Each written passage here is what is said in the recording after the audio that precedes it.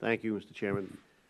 Mr. Hedel, I think you hit one major problem right on the head in the last part. I think we've seriously hollowed out a lot of our agencies in terms of keeping at least the personnel on board to oversee and to manage contracts on that. We find that repeatedly every time we have a hearing on that respect. And if we're going to contract out, which is not always a good idea, but if we're going to do it, then at least we have to keep on board enough people to sort of manage these things well for everybody's benefit.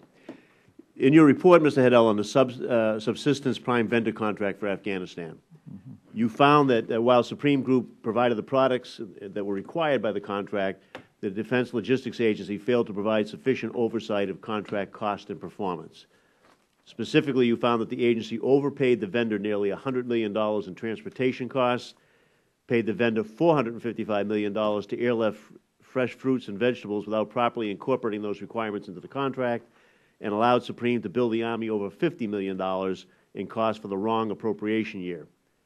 What recourse do you have as Inspector General when the agency fails to properly manage a contract and that failure leads to hundreds of millions of dollars in losses to the taxpayer? Well, thank you, Congressman Tierney. I appreciate the question. I mean, obviously, this is an example of just about how bad it can get.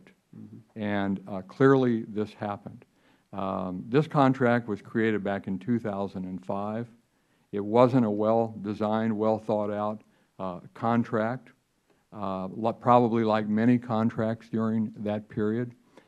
Consequently, we've spent some $3 billion on this contract, and as you said, we overpaid the prime vendor $98 million in transportation costs. We overpaid them $25.9 million in tri-wall costs, the boxing, corrugated boxes, and so on. And as you indicated, $455 million in services to airlift fruit and vegetables from the United Arab Emirates into Afghanistan without even including that in the contract.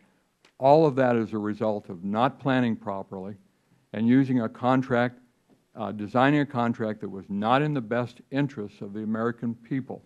Now, we have gone, my organization, gone to the Defense Logistics Agency, and we've told them we want that money back. And the Defense Logistics Agency agrees with us. And they, beginning in October, they began, this past October of 11, they began to make efforts to determine, first of all, what are the fair and reasonable prices that should have been charged. Imagine that, a contract created in 2005, and now in December of 2011, we are just now determining what should have been the reasonable and fair prices to pay.